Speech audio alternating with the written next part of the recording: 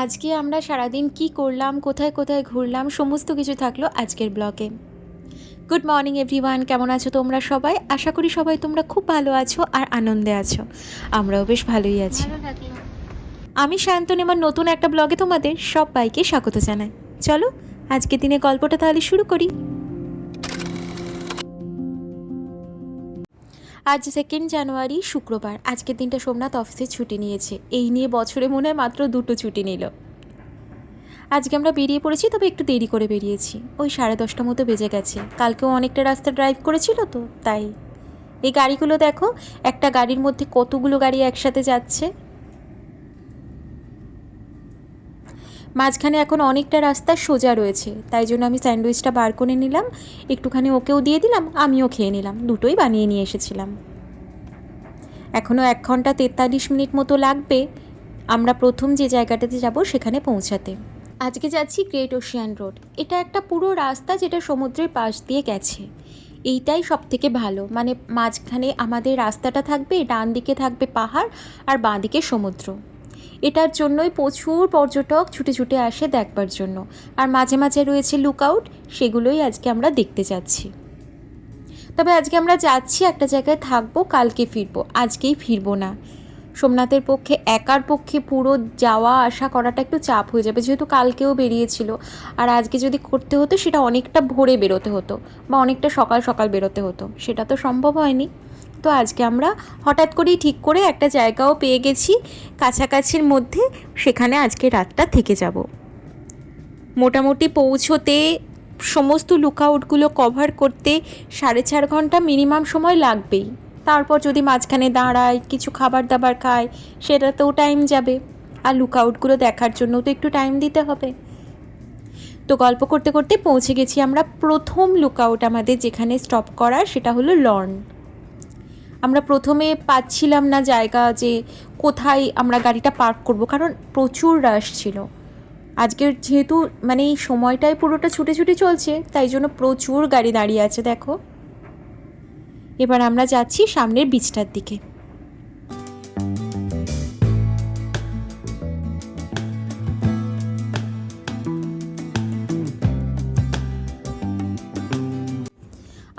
একদম শান্ত নিরিবিলি একটা বিচ বলা যায় এই লর্নের বিচটা। নীল জলরাশিটা পরিষ্কার বোঝা যাচ্ছে না, যেহেতু মেঘলা মেঘলা রয়েছে আকাশটা। কখনো রোদ্দুর আসছে, কখনো মেঘলা, হালকা একটা হাওয়াও দিচ্ছে। তাই জন্য গায়ে কিছু একটা দিয়ে থাকলে আমাদের তো ভালো লাগছে। অনেক টেন্ট রয়েছে দেখতে পাচ্ছ, সবাই ওখানে বসে রেস্ট নিচ্ছে, খাওয়া দাওয়া করছে, পিকনিক মতো করছে।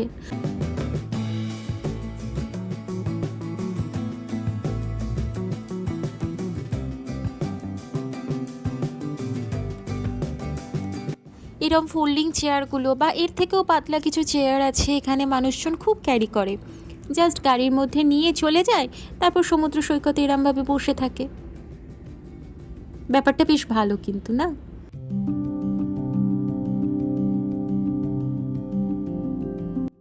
আমরা বেশিক্ষণ আর সময় নষ্ট করব না, কয়েকটা ঝটাপট ছবিও তুলে নিলাম। এবার আমরা বেরিয়ে পড়ব। লর্নে পৌঁছতেই আমাদের 2 ঘন্টা মতো সময় লেগেই গেছে। তারপরে অনেকগুলো লুকআউট পয়েন্ট রয়েছে, সেখানে পৌঁছতে হবে। এই লর্নে না, বিচটার পাশেই এরকম পরপর রেস্তোরাঁ রয়েছে, তো অনেক খাবারের কোনো অসুবিধা নেই। কি সুন্দর লাগছে না দূর থেকে দেখতে এই জায়গাটা। সামনে দেখছিলাম অনেকগুলো কাকাতুয়া রয়েছে, চলো সামনে একটু কাছ থেকে দেখা যাক। ওরা খাবার দিচ্ছিল, তাই জন্য কাকাতুয়াগুলো ওখানটাতেই বসেছিল।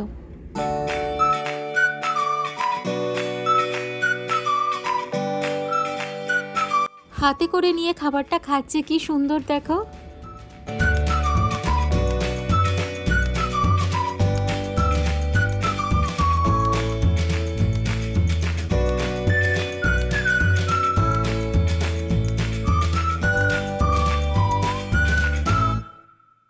আমরা এখন যাব অ্যাপোলো বের দিকে। লর্নের এই জায়গাটা দেখে নিলাম, বেশ অনেক কটা ডেস্টিনেশন আছে, তাই জন্য খুব বেশি এখানেই টাইম ওয়েস্ট করব না। তো এখন যাব অ্যাপোলো বে। আজকে আর কোনো ভুল করিনি, কালকে খুবই ভুল হয়ে গেছিলো, তাই জন্য আজকে চা বলো, কুকিজ বলো, সব কিছু আমার সাথেই রয়েছে। অ্যাপোলো বে পৌঁছাতে এখন 1 ঘন্টা মতো সময় লাগবে, তাই জন্য গাড়িতে স্টার্ট দেওয়ার আগে একটুখানি কুকিজ খেয়ে নিচ্ছি। এই যে লনকে টাটা বাই বাই করে আমরা এখন চললাম অ্যাপোলো বের উদ্দেশ্যে।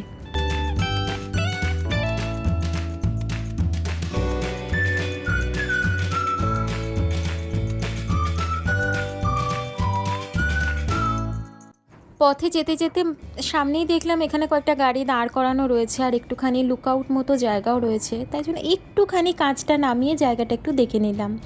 অনন্ত নীল জলরাশি আর কালারটা খুব সুন্দর লাগছে, যেহেতু সূর্যের আলোটা প্রপার রয়েছে। তবে একদমই গাড়ি থেকে নেমে আর টাইম ওয়েস্ট করলাম না, বেরিয়ে যাচ্ছি।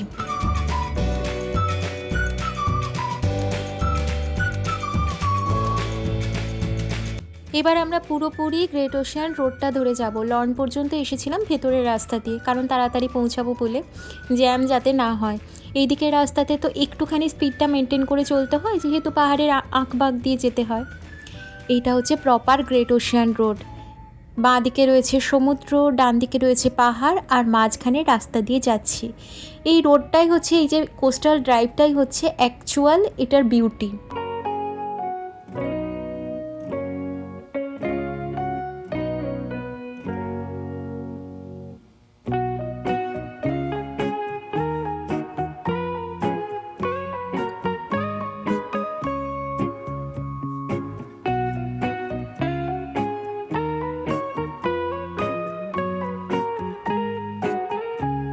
আবারও একবার দাঁড়িয়ে পড়লাম এখানের লুকআউটটাতে। এখানটা দেখে একদম মনটা জাস্ট ভরে গেল। ওই পাহাড়ের পাশ দিয়ে যেখানটা দেখালাম ওই রাস্তাটা ধরে আমরা এলাম, আর এখানটা একটুখানি সমুদ্রের বেশি কাছে গিয়ে এই লুকআউটটা।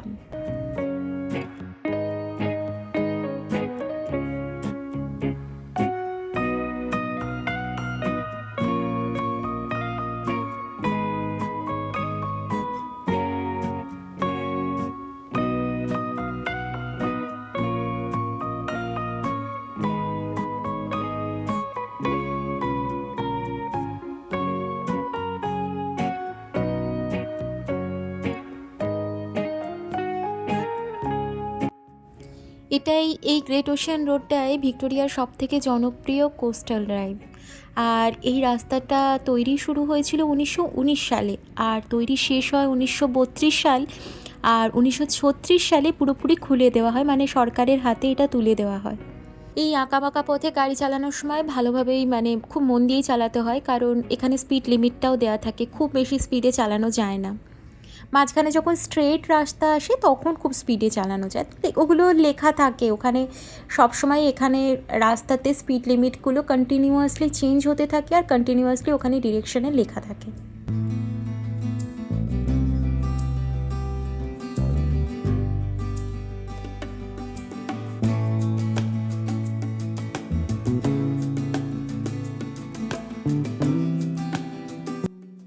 উপর থেকে দেখে মনে হচ্ছে না ভ্যালিটা এসে সমুদ্রে মিশে যাচ্ছে, আর মাঝখানে ওই রাস্তাটা দিয়ে আমরা যাচ্ছি।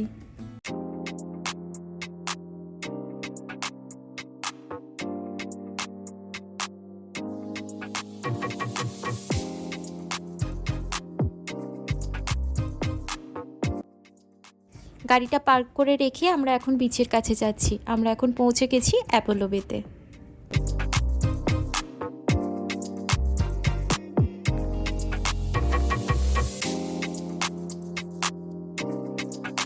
আমি পাহাড় প্রেমী মানুষ, আমার সমুদ্র অতটাও প্রিয় নয়, কিন্তু এখানে পাহাড় আর সমুদ্র যখন একসাথে থাকে এইটা আমার বেস্ট লাগে। তাই জন্য আমাদের ইন্ডিয়াতে আমার ভাইজ্যাক ঘুরতে ভীষণ ভালো লাগে।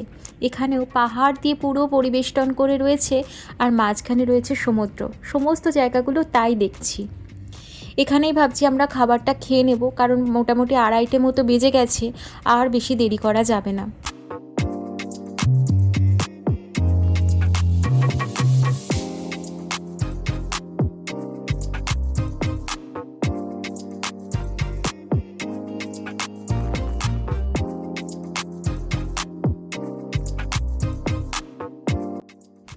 মুসুরির ডাল, আলু সিদ্ধ আর ভাত, পিওর বাঙালি খাবার।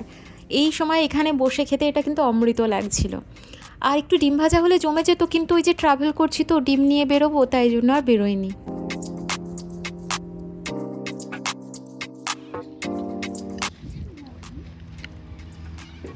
কেমন লাগলো খেতে?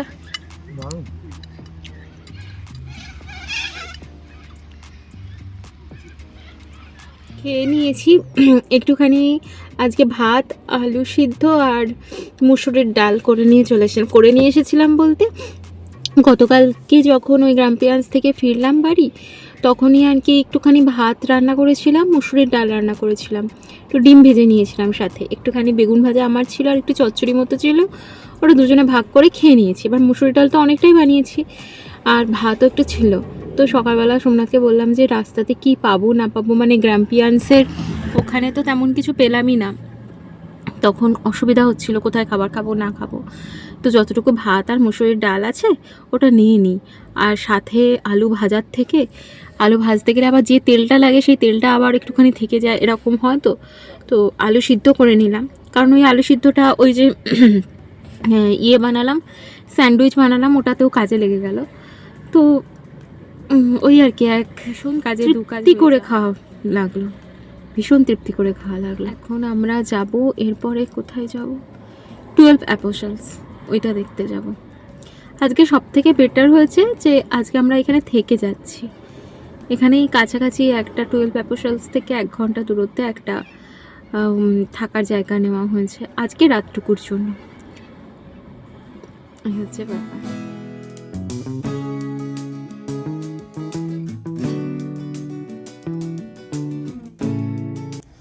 এই ক্যাসেল কোভটাতে দেখলাম অনেকে দাঁড়াচ্ছে, তাই জন্য আমরা এই ভেতরটাতে ঢুকে পড়েছি, গাড়িটা পার্কও করে দিয়েছি। সামনে গিয়ে 5 মিনিটের জন্য দেখেই চলে আসবো জায়গাটা আসলে কি। আমাদের কিন্তু প্ল্যানে ছিল না ক্যাসেল কোভে যাওয়া।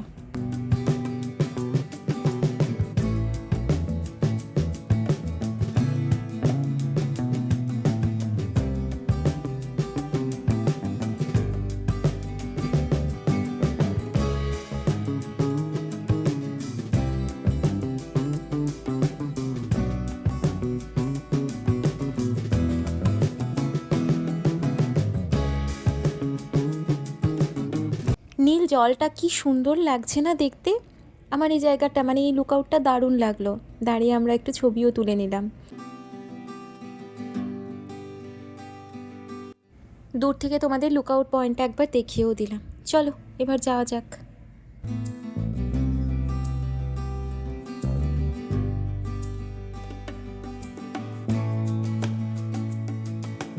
সামনের এই ভ্যালিটাও কি সুন্দর লাগছে না দেখতে। এইখানটা দিয়ে এসে আমরা গাড়িটা পার্ক করেছি, আবার ওই রাস্তা দিয়ে বেরিয়ে যাব।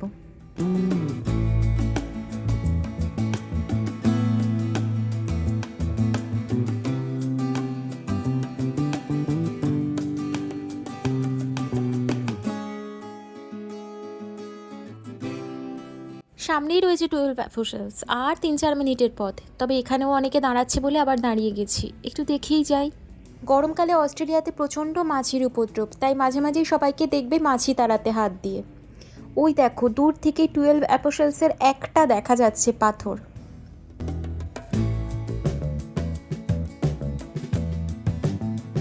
কাঠের সাঁকো মতো পথ করা আছে, সেটা দিয়ে আরেকটু নিচে নেমে সমুদ্রের লেভেলে, সি লেভেলের কাছাকাছি যাওয়া যায়।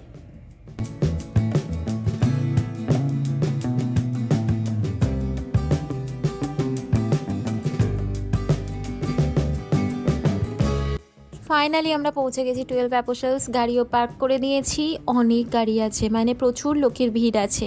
7টা মতো বেজেই গেছে। তবে 7টা বেজেছে কিন্তু তোমরা বুঝতে পারবে না, কারণ প্রচুর রোদ্দুর রয়েছে এখনও। একটু জল খেয়ে সামনের দিকে যাব। সামনের দিকে একটুখানি হাঁটা পথ রয়েছে। এই হাঁটা পথের সময় খেয়াল রাখতে হবে, বেশি ধার দিয়ে যেতে মানা করছে, কারণ ওই বন জঙ্গলের মধ্যে সাপ থাকতে পারে, সাপের ভয় থাকতে পারে। তাই এখানে ওয়ার্নিং দিয়েই দিয়েছে, স্নেকসের ভয় আছে এখানে, তাই মাঝখান দিয়েই সবাই যাচ্ছে।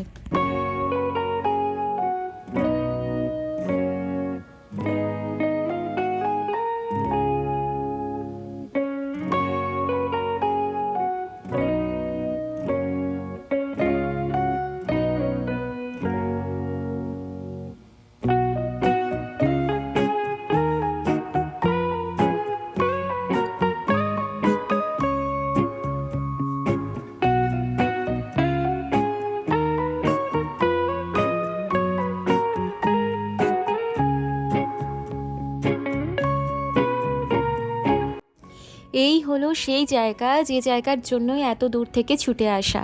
মানে গ্রেট ওশান রোড আসলে এই যে 12 অ্যাপোসেলস যেই জায়গাটা, এই জায়গাটাতে আসতেই হবে। এটাই হচ্ছে আইকনিক জায়গা বলা যায় গ্রেট ওশান রোডের।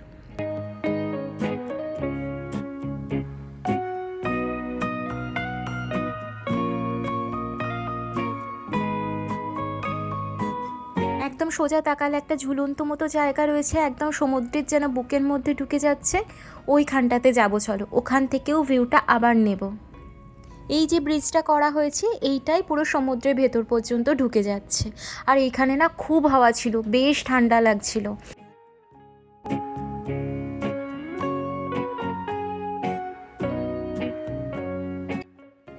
এখন তো বিকেল সন্ধ্যের দিকে সূর্যের আলোটা ঘুরে গেছে, মানে সূর্যটা তো ঘুরে গেছে, তাই আলোটা এইখানটাতে খুব সুন্দরভাবে পড়ছে, একদম ডাইরেক্টলি পড়ছে, তাই জলের রঙটাও পরিষ্কার নীল লাগছে।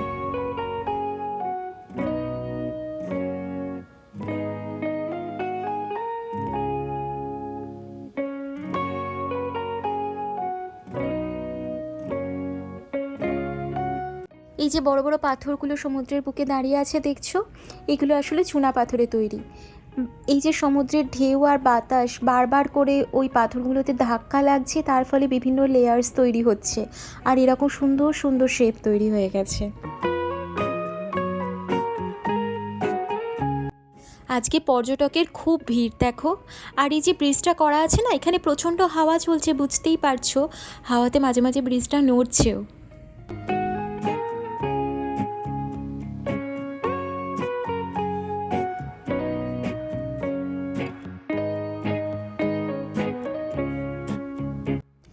এখানে কিভাবে তৈরি হয়েছে এই 12 অ্যাপোসেলস সেটাই লেখা রয়েছে। আগে 12টা ছিল এরকম, কিন্তু আস্তে আস্তে এই যে সমুদ্রের জলের ধাক্কা, বাতাসের ধাক্কা, সমস্ত কিছুর জন্য আস্তে আস্তে সেগুলো নষ্ট হয়ে যাচ্ছে, অনেক অবশিষ্টাংশ কিছু পড়ে আছে। মোটমাট মিলিয়ে এখন 7টা মতো ঠিকঠাকভাবে রয়েছে, বাকি সব কিছুই এবার আস্তে আস্তে ক্ষয়ের দিকে আর কি। ওই যে সামনে দেখছো কয়েকটা পড়ে রয়েছে, ওইগুলো প্রায় ক্ষয় হয়ে যাওয়ারই পথে। তারপরেরটাও ছোট হয়ে এসেছে, এইভাবেই আস্তে আস্তে প্রাকৃতিক জিনিসগুলো ক্ষয়ে যাবে।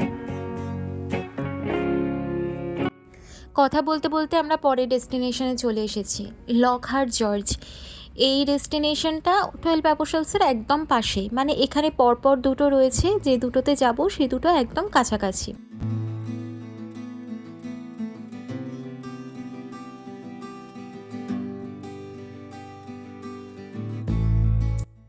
1878 সালে এইখানটাতে লকহার্ট নামে একটা জাহাজ ধ্বংস হয়ে যায়, মানে দুর্ঘটনার কবলে পড়ে জাহাজটা সমুদ্রে ডুবে যায়। 14 জন যাত্রী ও ক্রু মেম্বার ছিল, মাত্র 2 জন বেঁচে যান। তাই সেই দুর্ঘটনার স্মৃতিতেই এই জায়গাটা হিস্টোরিক্যাল ল্যান্ডমার্ক হিসেবে পরিচিত, লকহার্ট জর্জ নামে।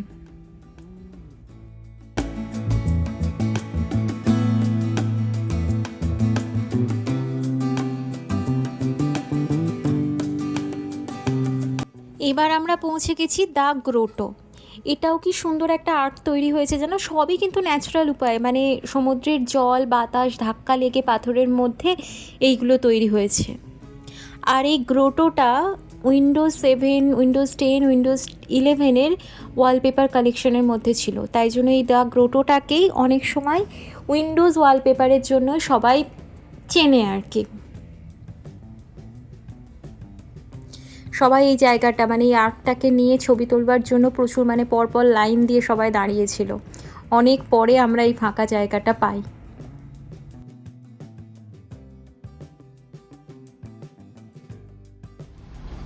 ভালো লাগলো। চলো।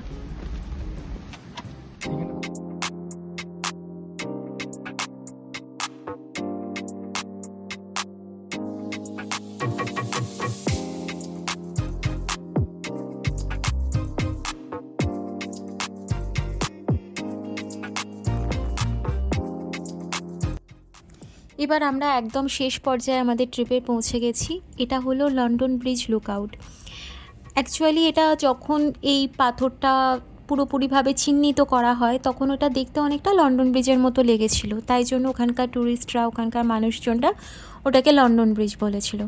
সেই হিসাবেই এখনও জায়গাটাকে লন্ডন ব্রিজ বলা হয়, কিন্তু অ্যাকচুয়ালি 1990 সালে এখানকার পাথরটা পুরোপুরি ভেঙে গিয়ে এখন শুধু ওই আর্ক মতোটা তৈরি হয়ে রয়েছে। ওই কোস্টাল বিউটিটা দেখতেই সবাই পর্যটকরা এখন ছুটে ছুটে যায়, আমরাও তাই এসেছি। এখানে এখন সানসেটটা হচ্ছে, ভারী সুন্দর লাগছে পুরো জায়গাটা।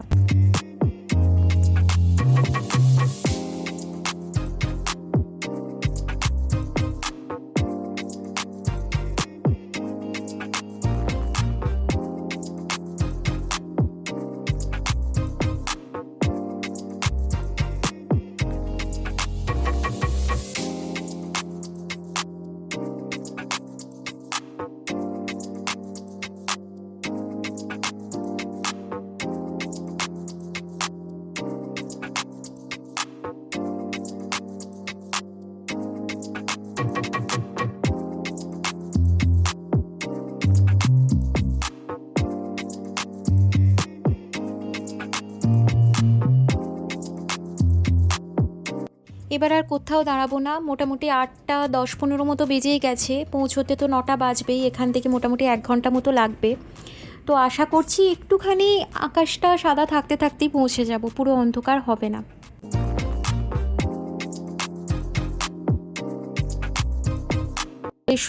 আলোটা, সূর্য ডুবে যাওয়ার পরেও কিছুক্ষণ আলোটা তো থাকে, তাই জন্য খুব একটা অসুবিধা হয়নি।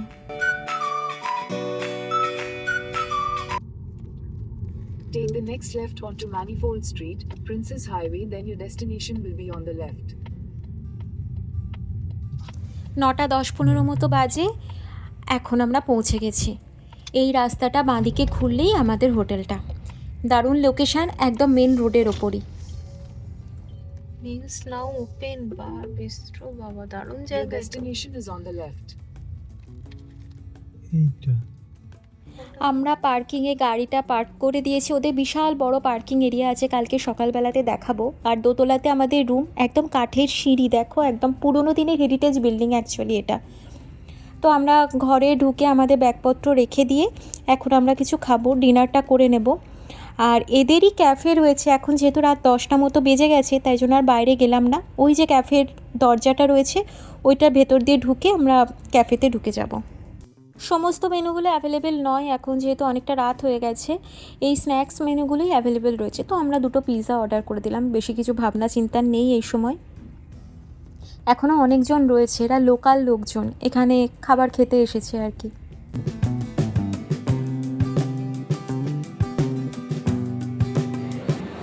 দুটো পিৎজা অর্ডার করা হয়েছে, এখন অনেকটা রাত হয়ে গেছে। কটা বাজে? রাত 10টা 1। খেয়ে দিয়ে জাস্ট শুয়ে পড়বো। কালকে তোমাদের রুমটা একবার দেখিয়ে দেবো, রুমটা বেশ বাইরে থেকে দেখাবো, আর লোকালিটিটাও একটুখানি দেখাবো। কালকে সকালবেলাতে আমরা এখান থেকে বেরিয়ে যাচ্ছি, ওই 9টা 9:30টার মধ্যে আমরা এখান থেকে বেরিয়ে যাব, শুধু রাতটুকু থাকার জন্য।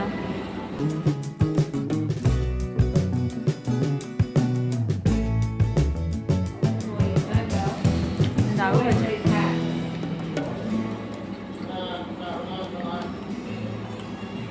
Bella I used and I worked in a gaming room with me called Lack, but she's gone up somewhere. Grantham Ocean, somewhere Ocean Grantham, somewhere up there. She's heading that way.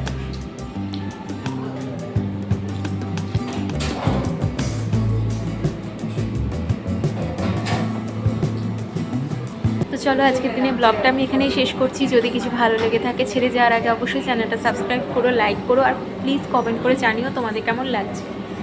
দেখা হচ্ছে নতুন একটা ব্লগের সাথে, নতুন একটা দিনের সাথে। ততদিন পর্যন্ত সবাই ভালো থেকো, সুস্থ থেকো। আজকে আসছি, টাটা, গুড নাইট।